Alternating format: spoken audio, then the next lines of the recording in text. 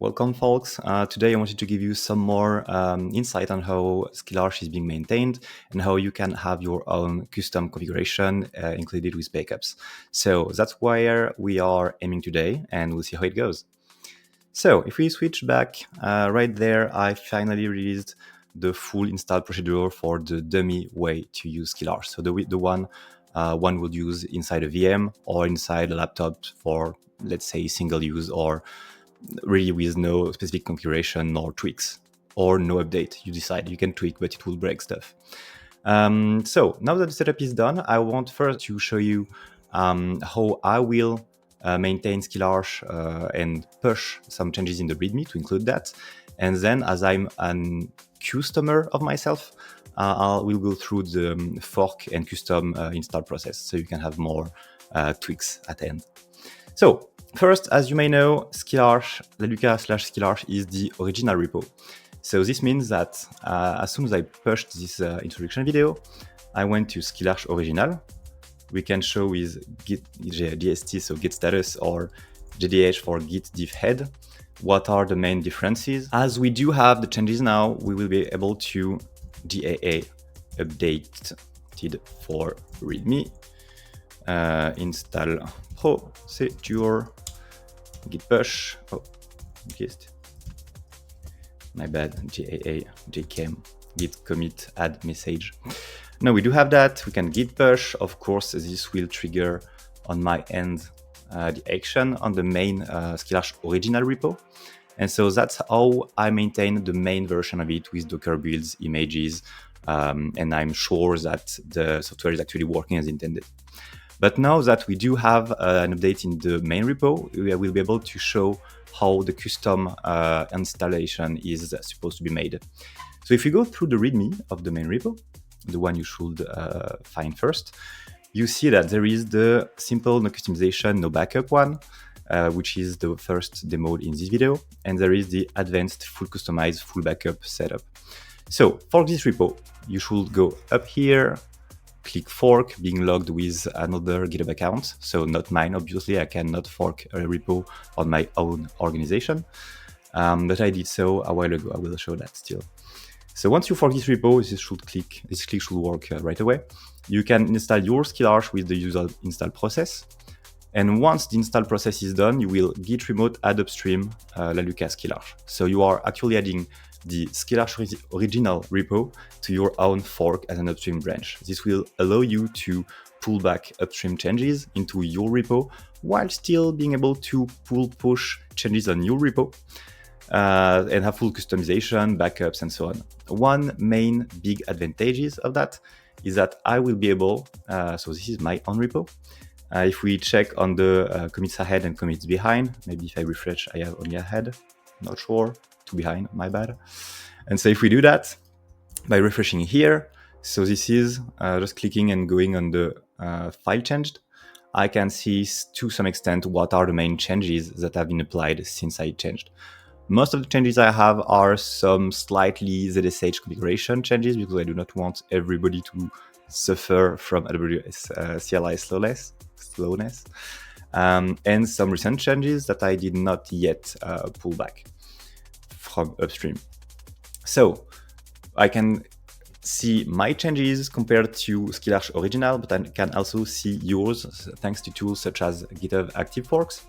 And so if we check tools, forks from Neolex, Vosek, or Sesame, which are fairly advanced users, I can also check what are their changes. So this is really convenient for me because every time people have new smooth features, new fixes, I can just pick that on their forks, backport, and improve the life for everybody. So that's why I really wanted to emphasize on the importance of having public forks and have updates still. So you can see a few tweaks because you wanted to do so, which is totally fine. Custom playbook install Neolex, which is totally intended. That's the way you should customize SkillArch furthermore if you want to do so. So you can either tweak in place or add extra playbook, extra alias, etc. This is public. This totally means that if you up and push some of your secrets, they will be pushed in there. So for some, I do have some level of checks, which means that if you go on Neolex Security SkillArch, right there, right there, you could also on your end enable action, which it did, and actually it does still keep SameGrep and Truffle. Could have some trivial git leaks as well, but who cares? There is some level of secret scanning that would totally notice him in case of leaks, so he can rotate early. So that's nice. GG Neolex. So that was for the active forks part. It can also help me to keep some tracks on the active users and see if I will impact a lot of folks if I do some breaking changes. Nevertheless, when they happened, they are always monitored and told ahead. What I mean by that is that within the OpenSkill community Discord, links in the description, you can totally join, and we do have a SkillArch channel where we discuss further future changes and potential improvements, bug fix, troubleshoot, etc. Logo design as well. Quite time consuming. So, all right, we're here. Now you have some more context on how it works and why it's done that way. Sesame and Rosek are fairly advanced users as well, so it's always a pleasure to try to see what has been changed, like cool backgrounds, new assets, new tools, maybe some English or French keywords and binding remaps, which can be also useful not only to me, but also to other users, like you, maybe, I wish. So, all right, now I will leave SkillArch original because it is updated, and now we do have the YouTube thumbnail in here that showcase, hey, this is the demo. Cool.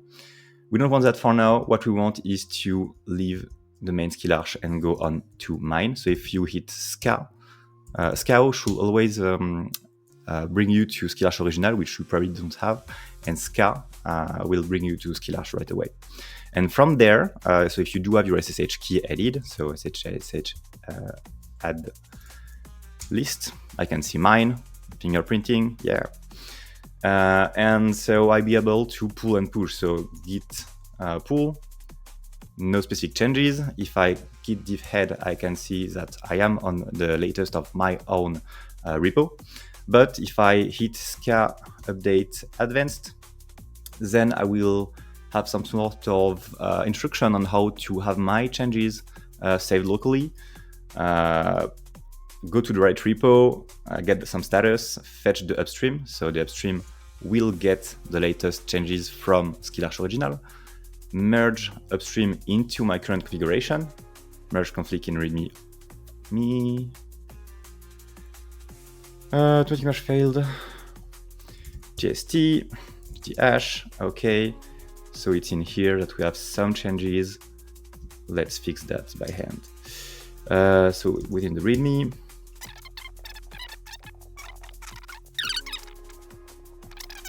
let's ensure this works as intended. We do have the README, we do have the action. All right, GAA again, gcam fixed, G. So again, update advanced. We do have the merge that has been done manually, but should have worked way better. And now we can merge upstream within main. We are good. And now we can push origin right onto main. We can still diff main with upstream to see what are the actual changes on my branch, which are recent one I tried, AWS setup, and my custom aliases that I do not want to show here for some specific reasons. And of course, once all this is done, so git push has already been done, so my new config is already backupped, so I could install the really latest one with latest changes from the original one and all my tweaks on the next run. And SKA update simple would run the whole usual install process to ensure we are actually on the latest. What this implies, though, is that from the makefile, all these instructions should be idempotent. What you want is that every action should be able to be run twice without having side effects. That's why you have some specific greps, that's why you have some directory existence checks. I did not want to rely on Ansible anymore because I had way too many breaking changes. And so, yeah, that's it. simple bash makes Pentium 2 and Top Clean happier than before. So that's why I kept it that way. And it's way faster, way less burden to maintain that. So that's it. We have the latest. We have an easy way to see our drift from upstream. We have backed up configuration. And of course, we can always check the latest differences and changes from our favorite coworkers.